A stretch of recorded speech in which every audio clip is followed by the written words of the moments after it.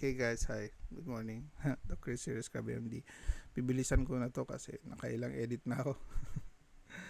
Okay. May napanood kasi ako kay I am Shanwin with regards to medical certificates and issuance sa PWD. No? Punta tayo sa una. Punta tayo dito sa... Okay. Ito kailangan natin ito mamaya. Punta tayo dito. Ito. May sinabi kasi si Senator Tulfo with regards to issuance. Tsaka si Senator Amy. Kasi nagiging big WDs deal of ang... so many Yeah. rights and requisites, and then at the same time we're just handing out all these cards at whim. At yung iba kasi na pag nagagamit sa kalukuhan para makapagsamantala. So, hindi ako magugulat one of these days yung pag gumawa kayo ng checking, yung doktor na nag-certify Mm-hmm. ay isang veterinarian doctor. Mm-hmm. Veterinarian doctor. Anyway, yan. Yan. Veterinarian doctor daw. Okay guys, in issuing medical certificate, it's also important to understand na we don't issue them left and right. Kailangan ma-assess yung pasyente ng maayos, head to toe. And medical certificate lang yun ha.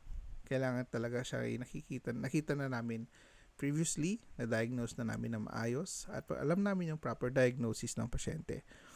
Ngayon, ang problema, usually kasi may mga dumarating first consult pa lang humihingi na ng MedCert. Sinasabi namin, okay ma'am, kailangan po natin muna mag-undergo ng further assessment kasi lalo na kung hindi pa masyadong well diagnosed. Kasi sayang naman yung issuance ng MedCert, tentative pa lang yon at may mga battery of tests. Usually, hiningi kasi nila yung MedCert na to for financial concerns. Okay? Eh, hindi naman natin yung hindi naman natin yung dapat iharang. Pero, syempre, mas mainam na mabigay yung proper diagnosis para maalam natin kung ano yung sapat na financial requirements. Kasi may rating yun. Like sa DSWD. Kung ano ba ang appropriate na ibibigay nila na financial assistance. Now, ito naman sa this PWD. Sa PWD, kailangan kasi ng certification from a doctor. Okay? Pag from a doctor, it has to be usually preferred namin specialist ang gumawa para at least makita na at ma-confirm na meron talaga siyang disability. Sa amin, primary doctor kami. We're family doctors. We're family physicians.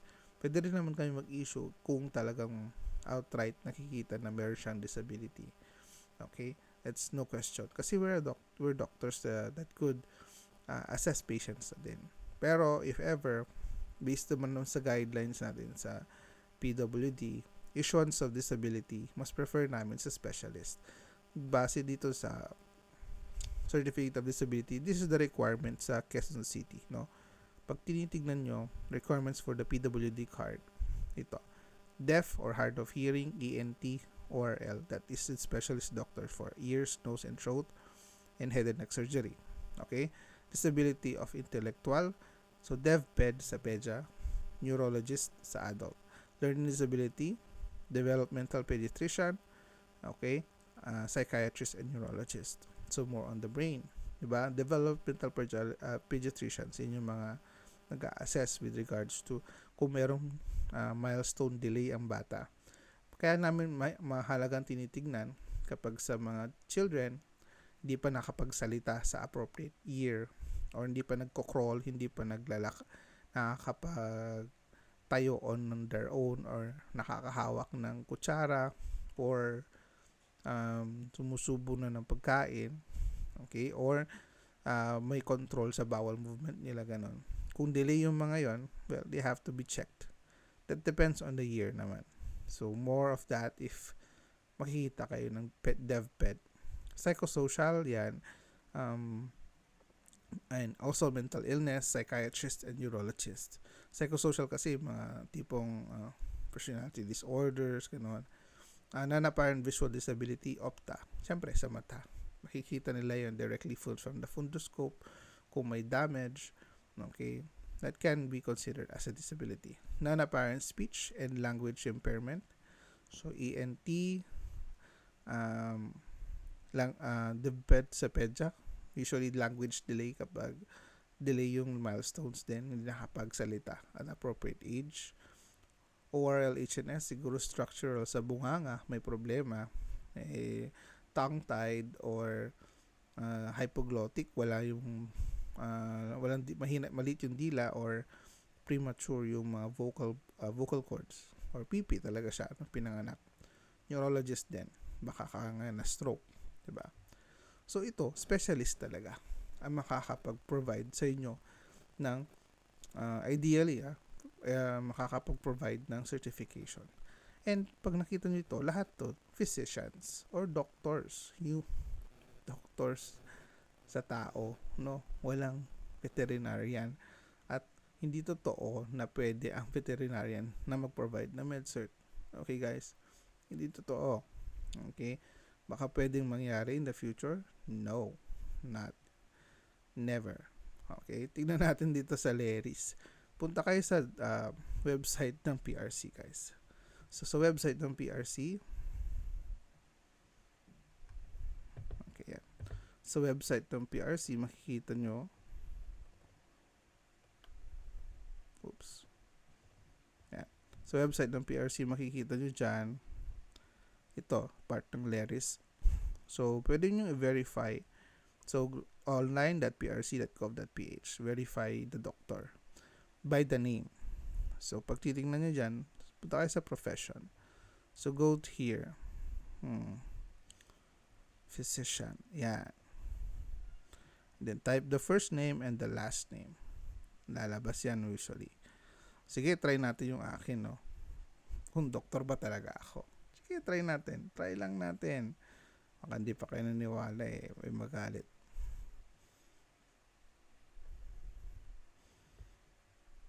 Wait lang.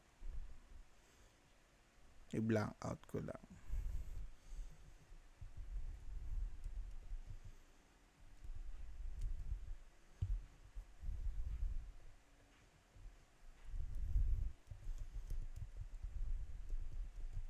Okay, try natin. Verify.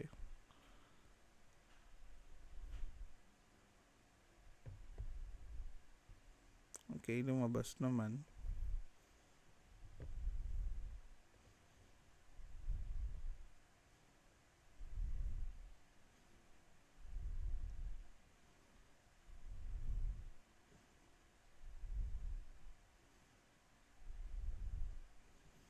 Okay, yan. Lumabas. Type ko yung last name ko, lumabas. So, verified PRC professional. May name. Nandyan lang sa likod ng pusa. So, lumalabas dyan kung doctor talaga. Tinando na pala yung pangalan ko. Ba't ko pa tinatakpan, di ba? Anyway, kita nyo naman na yun before. And I'm open with my name naman. No problem naman doon. So, makikita nyo dyan if you are a licensed doctor. Okay? Siyempre, yung license number ko hindi nakikita dyan. So, you can verify directly kung are you talking to a physician? Totoo ba talaga or not? So, yan, physician. Pangit yung pangalan ko, no? Joke, maganda yung pangalan ko. Baka pagalitan ako ng nanay ko. Now, paano pag vetmed? So, tingin ka sa veterinarian kung lalabas. Let's say, try ko rin yung pangalan ko. Baka lumabas ako dun. Pareho lang ba yun? Verify. No information. Kasi hindi naman ako veterinarian. Diba? So, hindi naman lalabas yun. Diba? Okay? So, wala dun. Okay? Ganun lang kadali mag-verify kung sino yung mga professionals. And then, tingin mo, physician ulit.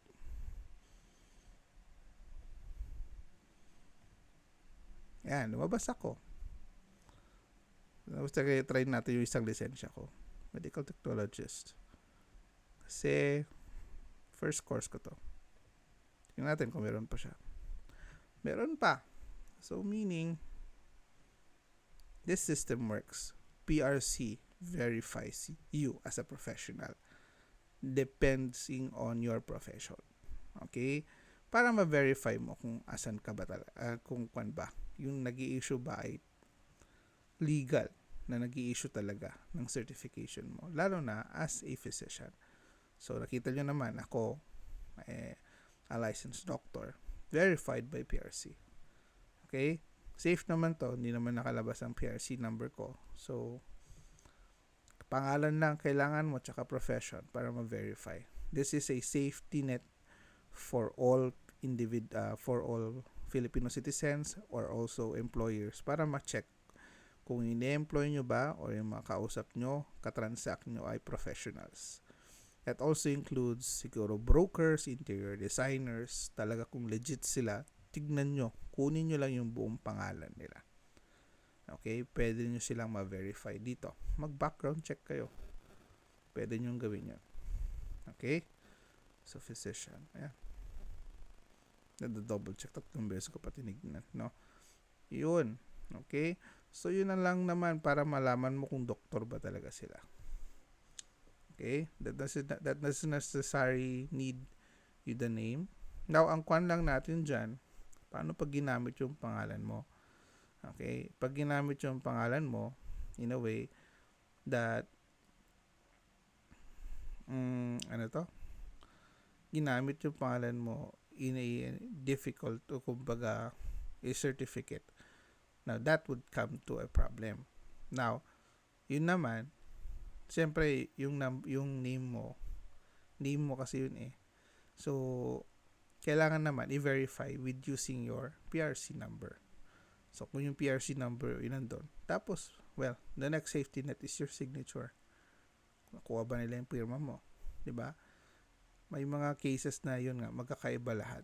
Minsan mali pa spelling. So, yun yung kailangan natin. Yun ang mga securities natin.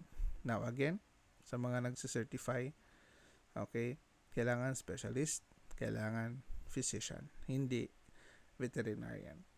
Okay guys, hanggang dun lang naman yung video ko. Tingnan natin. Okay, baka mamaya may makita ako, nagreseta ako so para sa aso, no? Hindi naman pwede yun. Okay, for humans lang po. And yung name ko, baka mamaya gumamit as a medtech. Tagal na pa ako hindi nagpa-practice. But it's still, the license still is okay. Nasa akin din ang license number ko. So, if ever may makita man kayo, right now, okay, makikita natin kung may gumagamit.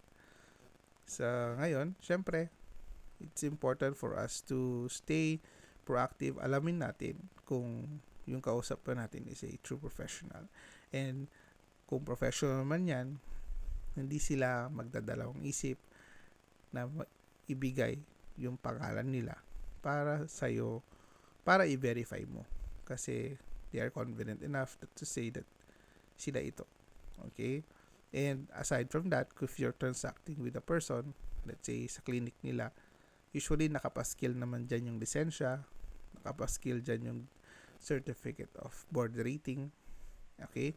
Kailangan yon para lang ma-verify na kayo ay doctors. Okay? Licensed doctors. Dito sa or dun sa pinagta-transaction nyo na hospital. No? Sige. Hanggang dun lang naman ang video ko. Oh, humaba rin pala. Thank you guys for all those support. And see you tomorrow for another video. Bye.